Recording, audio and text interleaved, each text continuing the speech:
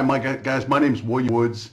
I'm the Dean of Academic Support and I'm an English professor here at Schreiner University. I want to thank you for the opportunity to visit a little bit today. We're doing a lecture series of faculty and staff and administration here at Schreiner University as we all get through this COVID-19 together. A lot of folks at home right now, a lot of folks looking for just content, just something to do, something to click on. And for our students at Schreiner, I want you to know we're thinking about you. Our thoughts and prayers are with you and your family, and hope you're keeping up with your studies. Hope you have been in contact with your professors. Hope you're ready to go into final exams, which are right around the corner. And so along the way, stay close, stay in touch, get registered for your fall classes. We're delighted to have a moment to visit with you today. So I get to talk to you not as an administrator today, but as a creative writer and an English professor, something I love and have done for many, many years. You can tell by my attire. This is not administrator attire. This is crazy creative writer attire. So we're going to have a little fun today and talk about an aspect of creative writing called journaling. We're going to talk about keeping a journal during these difficult times, quite frankly. Some of you are aspiring writers. And some already keep a diary, you already keep a journal, but this lecture is intended for folks who have never done it before, but they're looking to dip their toe in the water. I have found over the years as a creative writer that journaling is one of the most effective tools to capture ideas, to think about the next thing I want to write. When I get a short story idea, when I thought a poem, I think, oh, I need to jot this down. So you will quickly figure out that my training is from, oh, I don't know. My training in creative writing is the, oh, I don't know, the magical decade known as the 1980s when I was in graduate school. And some of my advice will be very dated. I apologize in advance. Many of you are going to be keeping your journal on your phone, for goodness sake, or your laptops, or if you want to start keeping a journal, you are a generation that enjoys working with technology, and now we all know how important technology is. I am unapologetic, and I will tell you in advance that I am a generation that uses a journal. A journal needs to be something that you can, you got to smell it, you got to get in it, you can write notes, you have to. I brought a couple of my journals over the years to talk about the art of journaling, and so no judgment. Nobody's gonna. It's your journal. It's your piece of creativity. So nobody's gonna blame you if you're more comfortable doing it in, I don't even know, a blog, a podcast, whatever you crazy kids are using these days. But to be honest, if you haven't done this, right? If you haven't like worked up those muscles to actually write something down, it's kind of cool. It's a little throwback. It's a little therapeutic. We're going to talk a little bit about how journals can act as a good form of therapy when you're wrestling with issues. There's all kinds of journals. You can keep one for your own notes, for your ideas. As a student, if you want to keep notes on projects, things that you're working on, if you want to think about upcoming papers, you can jot some ideas down that way. There are a bunch of different journals. I started one for my ongoing health and fitness journal. Oh, my wife loves it when I'm writing that down. As I'm eating a handful of candy, I gotta write my health and fitness journal. Dear diary, I missed my workout again, right? It's kind of very personal, and so whatever you do with your journal is your own business. But it is kind of discouraging to see that I have gained and lost the exact same 10 pounds since about 1992. What? All this journaling, all these workouts, all this food count, right? Calorie counting. Oh, I wake up every single Monday. This is the day. Dear diary, I bought 3 breakfast tacos. Whoops. Started out boy. So you do it for all kinds of things. Some of you guys know my story. I'm a recovered alcoholic as well. Don't worry, we won't turn this into a meeting unless you need me to. And, maybe we'll do another lecture that way. Isolation is tough, isn't it? People by themselves with little accountability. You're in your little apartment right now going, well, I mean, noon, why not? I made it till noon. As a recovered alcoholic, one of the things that I was delighted to learn was part of my therapy, ongoing recovery, is journaling. They sent me off to a treatment center, kids. It was back in the dark days, and I sat down and I was a little bit nervous. There I was. And they said, well, William, we need you to keep a journal of your journey to sobriety. And I was like, well, this is like a writer's column. I'm going to spend the next 28 days writing. I would have covered years ago if I hadn't almost drank myself to death. Okay, but enough of that. There, I've lost my credibility with you already. But to be brutally honest, a journal can be used for therapy, and it works. It absolutely works. Those of you who are feeling a little isolated right now, a little lonely right now, maybe you're not connecting much, this is good, but we're not. We need connections. We need to talk. If you're having issues, if you're struggling with a little bit of depression, anxiety, oh my gosh. Oh, welcome to America, spring 2020, right, kids? I'm a bit nervous about the future. Get in line. The good news is, a lot of times when you put it down on paper, it will help you kind of get rid of it. It's not 100%. It's not a cure-all, but I find if you can't sleep at 2 o'clock in the morning, if you jot some of this stuff down in your journal, it's just very therapeutic. Okay, so a word to all my tough macho guys who are like, that sounds like keeping a diary. I am not keeping a diary. That's for 8th grade girls. But I understand. I understand your hesitation. You should be awoke. It's 2020. You don't have to think like that anymore. But the truth of the matter is, if it gives you a little bit of like, I don't know if I want to keep a diary like my little sister does. You may call it your captain's log. Think Star Trek. Think Captain's Log, Stardate 2020. Right? Captain's Log sounds like something from the military, doesn't it? Right? I'm gonna keep it, or just call it journal, or just call it whatever you want. You can keep showing you. I keep showing you my journals, but I'm telling you, I know people who will take little tiny sticky notes, write a little note themselves, stick it up. After a while, collect those. Welcome to your journal. Okay, so let's do some practical advice. I won't keep you too long. I've been told to keep these short because you guys don't like long rambling lectures. Your generation wants it quick and fast, right? Welcome to TED Talks. Welcome to YouTube. It is a good way to process your thoughts, your emotions, your feelings at a difficult time. For those of you who are creative writers, and that's how I got into the game, there's no worse than having a great idea for a story or a poem, a novel, a screenplay, and sitting at a stoplight downtown, and you go, when I get home, I need to write down. Sometimes 2 or 3 days go by, and you go, buddy, what was that?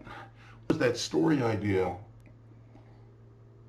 I do a lot of titles. I'll get an idea for a short story, do a title, and then later I'll go back and look at it. And the title will be Devil's Backbone. What? What was this about? Oh, it's a short story about I grew up in Coppers Cove, Texas, and we used to go out to Ink Lake, and there was a big old rock, and we called it Devil's Backbone. We jump into the lake, and coming of age story. And I go, if I write it down in my journal, I got it. Okay. You are certainly in good company when you keep a journal. There are many famous writers who kept their journals, and thank goodness for that. We can see how their mind works. We get to see what they came up with.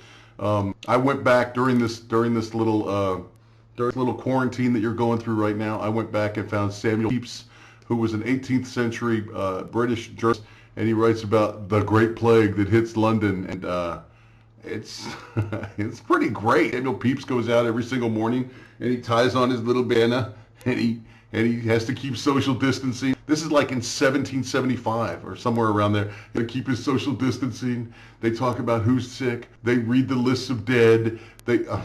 Wow, goes around, comes around, right?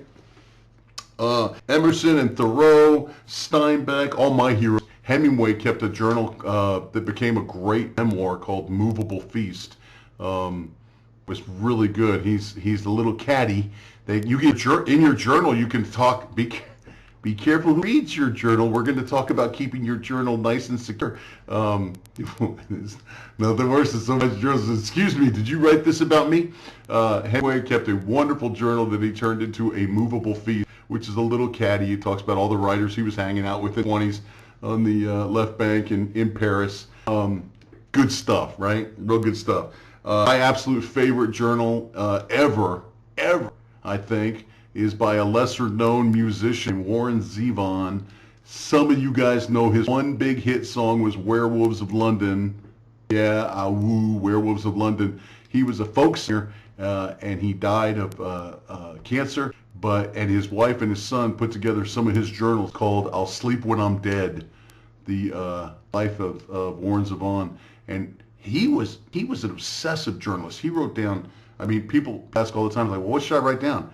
Warren Zevon would tell you what laundry he was doing. You know, it's like, today I'm doing my color and grays. And I mean, just this prolific kind of minutia, but fascinating minutia. You know, it's good to get inside of somebody's head. I'll share some of mine in a moment. I'll give you some of my,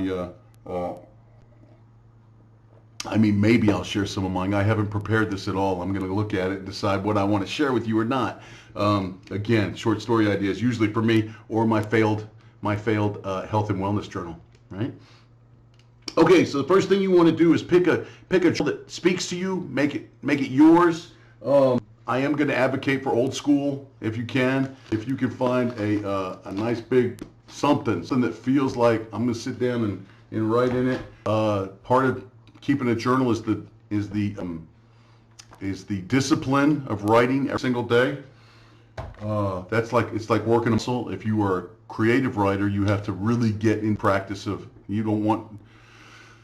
get in the practice of doing it every single day, working the craft every single day. You will not become a better writer unless you're doing it every day, and you're not really a writer unless you're doing it every single day. Some people I meet at conferences, at academic, when I'm publishers, when I'm doing my own little writer life, they say, well, I'm a writer. And I go, how's it going? Well, I've written anything in 4.5 years. I really haven't written anything down in 4.5 years. I would suggest to you, sir, that you are not a writer.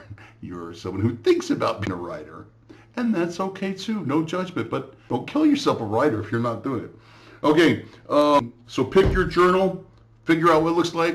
You go online and get one right now. I know you can't go out and hunt for one right now. Just, I want to tell you, some of the best journals I've ever had in my life are legal pad, yellow paper that I'd staple together, later on fold up and put in files. Okay, then you jump in and you say, well, what kind of journal is this? I talked about my health wellness journal, a personal journal. If you're having a therapy journal, a lot of famous journal keepers use them as travels. Oh my gosh, I should have pulled it out. I've got Ireland journey when I got to go do 10 days in Ireland, and I kept journaling pictures and mementos. That's another thing. You don't just have to write in your journal. The good thing having that is you could put some stuff in there. You find your favorite cocktail napkin from in Ireland. I was already in recovery, so I was drinking lemonade. But you can put that napkin in there, or little memento photos. I know you can do this all online. I know you can do it all virtually, and that's cool too, whatever works for you. This verges, for me, it verges on scrapbooking. Years ago, I watched my daughter-in-law start scrapbooking, and I said, I think that's pretty cool. I think I've been doing that because I like to put little pieces of something in. I like to put pieces in photos. I like to find, here's a wristband from Schlitterbahn. I took my family to Schlitterbahn. That's nice. Here's a little card somebody sent me. I kept that card and put it right in there. Don't freeze frame that and read what was on this. Don't freeze frame that and read what that is. I imagine when I'm long gone, they'll publish all my journals. I hope I've got a plan. It's like I want to be famous after my death. How about that? So just lots of little things that, well, I don't even know what this is, but apparently this was some sort of Game of Thrones lecture that I was giving. I was working on Game of Thrones. So that's a lot of, I've had a lot of fun with that along the way. So it's whatever your journal wants to be. Health and wellness, therapy journal, a travel journal. If you're traveling somewhere and you keep it and talk about the places you've been, that's a great idea. It will be, I want to tell you, it will be priceless as you get older. You will find a time in your life that you go back and pick up one of these journals and you think to yourself, oh my gosh, I'm so glad that I kept that, particularly with travels. Oh my gosh, I'm so happy that that part of my life is now documented. And I kick myself. I'm do as I say, not as I do. There will be months, well, not months. There'll be a few weeks that go by that I get too busy and I don't journal. And I feel like I lose time. It's almost, again, it's a little obsessive with me too. I feel like I lose a little time if I haven't documented that particular time in my life. And I go back and I say, oh my gosh, how could I have missed the summer of whatever happened that summer? I think a kid was born that year. Wasn't my daughter born that year? How come I didn't write anything down about that? So try and get in the discipline of writing every day. Choose a topic, choose something that you want to do. If you're looking at a blank page and you're a little nervous about it, you think, I don't know what to do with this. You could go find some writing prompts online. Creative writers share these with each other all the time. I like to use mine as a dream journal sometimes too. If I have a dream that sort of sticks in my head and I'm like, what is that? I know my psychology buddies will tell me, my brain and behavior guys will tell me, might just be random synapses happening, buddy. That dream didn't have a lot of, it's nice to think your dream has a lot of meaning, but it's actually just firing off, and our brains want to make a story because we are by nature storytellers. Welcome to creative writing. The truth is, I still write it down. It'll be fascinating to me. I'm like, why am I thinking about that, or why am I dreaming that again? You can explore your emotions, your feelings, any angst that you're having. Back to working through some maybe little low-level depression that you're dealing with right now, a little anxiety. We can use as a therapy journal. In recovery, we use something called a gratitude journal. Those of us in 12-step programs, which is a really neat exercise. At the end of the day, you're going to write down 3 things that you were thankful for. If you find yourself walking around beat up and feeling tough and God, life sucks, this is terrible, this is everything, make yourself find 3, I go to 5, 3 to 5, make yourself find 3 things that went well that day. 3 things that you were happy for. And it may start out to be goofy. You're like, nothing. I saw that hummingbird outside my window, and hummingbirds are kind of cool, right? You write it down. And as you get, it's like developing a muscle. As you get in this idea of gratitude, blessings, prayers for others, thinking of others, it starts to dawn on you that maybe, don't get me wrong, I mean, life is tough. I'm not saying seeing the hummingbirds not going to make you less suicidal. It might. Let's hope so. But true that, oh, good Lord, now this is official. Now I have to do an official disclaimer. If you are feeling suicidal, please get to help, get to a hotline. Please let someone know. Don't stay alive so you can keep your journal. That's even more important, right? Good. Okay. Gratitude journals, record your dreams. I write down things that sometimes I want to reflect on memories. I do a lot of, I'm embarrassed to say this. Now I'm burying my soul. I write in different colored pens. Yes, I'm that weird. And I'm saying, oh no. I showed this to my wife one day and she just like shook her head and walked away. I said, look, when I'm writing about right now, in black pen. When I write about a dream, it's in red pen. When it's a childhood memory, it's in blue pen. She said, you need help. I said, I agree. I do like to, in my journal, I like to see which is a memory. And as a creative writer, I'm always mining through my childhood, my adolescence, college. I'm always thinking back on, and I try to get 2 or 3 good story ideas during the week. Many of them are based on something that happened in my youth. I want to note that that's different, right? From the day-to-day stuff is going on right now. I like to do a lot of memories as well. If you are not comfortable writing first person I'm going to encourage you to get there. In college, we beat that out of you, right? Oh no, you can't do an academic essay with I believe and I want. This is your journal. You should absolutely be writing I, me, my. I think this is the way to work your through. It's very important not to be too hard on yourself. Um, it's your journal. It can be messy. It can be sloppy. Oh my gosh, my greatest fear is no one will be able to read my brilliant work. Like, this is gold. This is creative writing gold. And someone's going to sit down and go, I can't. What? I can't read a word the guy said. Into the trash can. Oh my gosh. What a loss. What a loss to American literature. Whoever's watching this after my demise, don't let them throw my journals away. I've already got clear rules for my children what I'm supposed to do with my journals.